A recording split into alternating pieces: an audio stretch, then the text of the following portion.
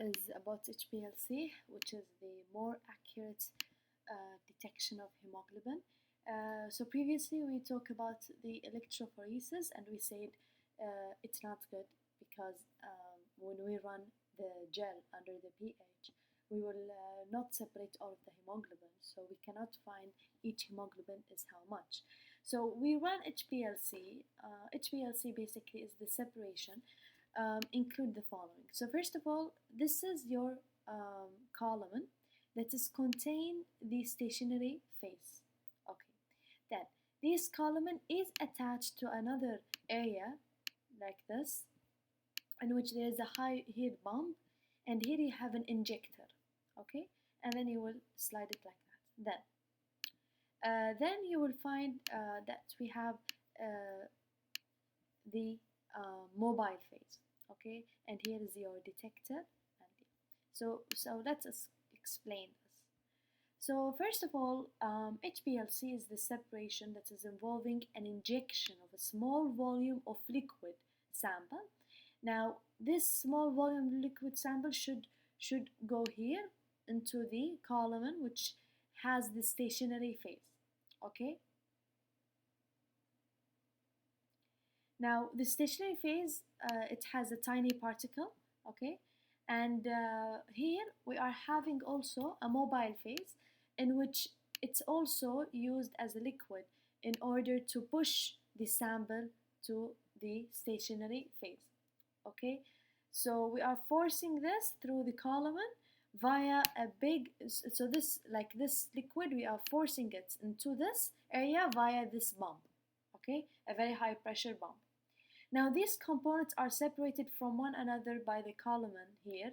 Okay, packing that involve various chemicals and physical interaction between their molecules and the packing particles. So basically you are adding this sample, and according to the interaction with these particles you will find your results. Alright, now these separated components are detected, okay, by a fall through device, which is basically a detector, okay, that measure their amount.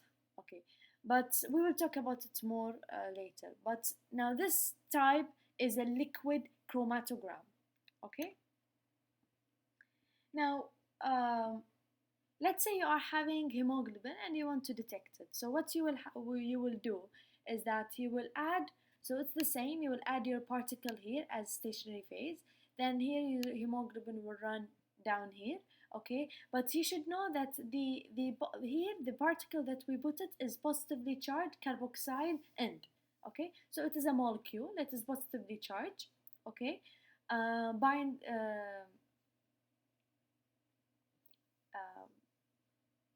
okay, just a moment. The molecule you put it here, the stationary phase, is negatively charged. I'm sorry for this. It's negative, not positive. Okay, the hemoglobin itself is the one which is positive. All right. So again, I think I get confused a little bit. Okay, so here you are running a sample and you put it here. The molecule that is attached here is negatively charged, and these are positive. Now what you are doing here is that here is the carboxyl end of the molecule, okay, that is attached to the column, which is the stationary phase. Okay, the mobile phase, here the sample you put it is buffered with a pH lower than the pH of the hemoglobin. Okay, so if this one's your hemoglobin, let's say the pH is 7. Let's say, this is an example. So the mobile phase should be lower, so 5 for example, in order to make it positively charged. And then it will run down here, it will attach to the carboxyl end, and there will be cationic exchange. So you will add a solvent, okay, so let's say you are adding a solvent into this area after the hemoglobin has been attached. This is your hemoglobin is attached to the carboxyl end. If you are adding a solvent, it should do the cationic exchange and displace the hemoglobin, and then you will measure the hemoglobin in this side. Okay, now this is a typical HPLC reports. So this is your hemoglobin A1, A1 or A is the same. or A0 sometimes they call it. And here you have hemoglobin A2, and this is F. You can see a very small amount, usually 2 to 3, usually 0.5, a very, very small amount, and then you have a very, very high amount of A. So the abnormal hemoglobin type, before going to this, you should know that normal is hemoglobin A, which comprises 97%. The hemoglobin A2, which is the minor adult hemoglobin, it has a very, very low level, approximately, let's say, 3. And if you are having thalassemia, it will increase. So the hallmark of thalassemia is A2. And hemoglobin F is, as I mentioned previously, at 6 months it will start decrease. So then it will be displaced by hemoglobin A, and which is A0, and that's it. So you have two types of abnormal hemoglobin. So it will be, sometimes the mutation occur in structural gene. Another type or another occasion, the mutation will occur on the regulatory gene. If the mutation occur in structural gene, you will find sickle cell disease, you will find any disease that make amino acid substitution. If you are having the mutation occur in the regulatory gene, here you will have any disease that is affected, it affects the rate of the synthesis of peptide chain. So, for example, you have thalassemia. This is the different type, genotype, different mutation in beta globulin gene in the chromosome 11. You will find this type. So I did something that make me remember it easy. I said, okay, so we will choose this one, hemoglobin. Let's say here. Okay, so here I'm putting this here. Okay, I'm gonna draw you how you can remember it. This is how I remember it. This worked for me. Now, first of all, you will have the beta 6. Okay, the beta globulin in position number 6. Okay, so we will put this glutamine is the normal one, and we will substitute it with lysine in one occasion. Another occasion, the change, but we will put in this condition, we will put in this condition 26 instead of the 6. That's it. And then you have B26 and then glutamine to lysine. Okay? Another occasion, we want to put the same as the beta, but I'm gonna put 1 to 1 instead of 26. So 0. Let's put here beta 26. Okay? And this is beta 6 and this is beta 1 to 1. And we will convert it from glutamine to lysine. That's it. This is all about the first one. Now, this is, if you are changing glutamine to lysine, this is hemoglobin S hemoglobin C will result, not hemoglobin S, hemoglobin C. If you are putting B26, you are getting this E. If you are putting B121, here you are putting what? O Arab genotype. Okay? Now let us take the second component, which is basically beta 6, okay, glutamine to valine. This is, everyone knows it. This is easy. Sickle cell disease, which is S. Okay, this is S. Now let us take another. We take the C, E, and O. Now there is something beta 121 glutamine 2. So we have to push here, or to return back here. Okay, so you can see here, you are having what? You are having the G. Philadelphia. You will find alpha 68 to lysine and ASN to lysine. You have the Arab, we mentioned it, right? But you have the D. Punjab. Okay, let's say if you want to remember it, bun. Let's say you have a bun of bread with jam.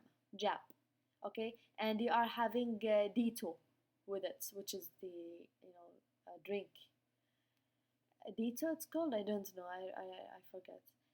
So here you have what? D. Punjab. You have glue. You are putting a glue in the bun, and you are putting Glen instead of the glue. Okay, Glen. Just convert this, and that's it. Okay, and you are eating it at 12 p.m. and 1 minute. Okay, um, so this is all about it. Okay, now the clinical severity. See, here we are going with co and so, and here cd, okay, cd, so, our co, so, and cd. Now this is important to tell you about it. So before moving to this, you should know if there are high A2, you should say this is thalassemia. If you are having high A2 and high hemoglobin S, okay, here you have hemoglobin beta thalassemia. If you are having high S and high than normal, also A2, but you are having very low A, so you have also hemoglobin beta thalassemia, but beta major. Okay, so this is an example of sickle cell. Why? Because try to remove your eyes from this and focus with me up. You can see here, this is the hemoglobin A and this is the hemoglobin S, right? So, and here your hemoglobin F and A2. We will assess the F. Okay, it's normal. Assess the A2, it's normal. Assess the A, it's normal. There are abnormal sickle cell hemoglobin, so that's we call it only traits. Why? Because A is normal. Now look here, and F is normal. The hemoglobin F is very high to compensate, and hemoglobin A all down. So A2 is normal. So here you have sickle cell disease. Okay, so it is affected person. In this case, in this picture, it shows you another thing. You can see here, okay, you can see here, you have the sickle cell beta thalassemia. Why? Because A2 is high. So you are suspect this is beta thalassemia, but you don't know whether it is beta thalassemia major or minor. Now here is sickle cell what present here. So this is hetero compound disease. And you want to know here whether it is thalassemia major or minor. We can see here there are no hemoglobin A, but you have hemoglobin F. So in this case, you are suspecting sickle cell disease with beta thalassemia. Okay, and A is not detectable, and I told you that if you are having high S and higher than normal A2, very low HbA, so here beta thalassemia major. Now looking at this picture, it shows you, I mean, I think I passed this one, yeah, here. If you look here, the F is slightly high, A2 is slightly high, and here you have A is normal. Because A is normal, here I'm gonna say it is beta thalassemia traits, and A2 is high, that's why, okay? But if you look here, A2 is high, but the F is high and A is very low. In this case, I'm gonna go, this is homozygous, which is the affected person, not carrier. Now this is hemoglobin D traits, okay? Why it's hemoglobin D? It's because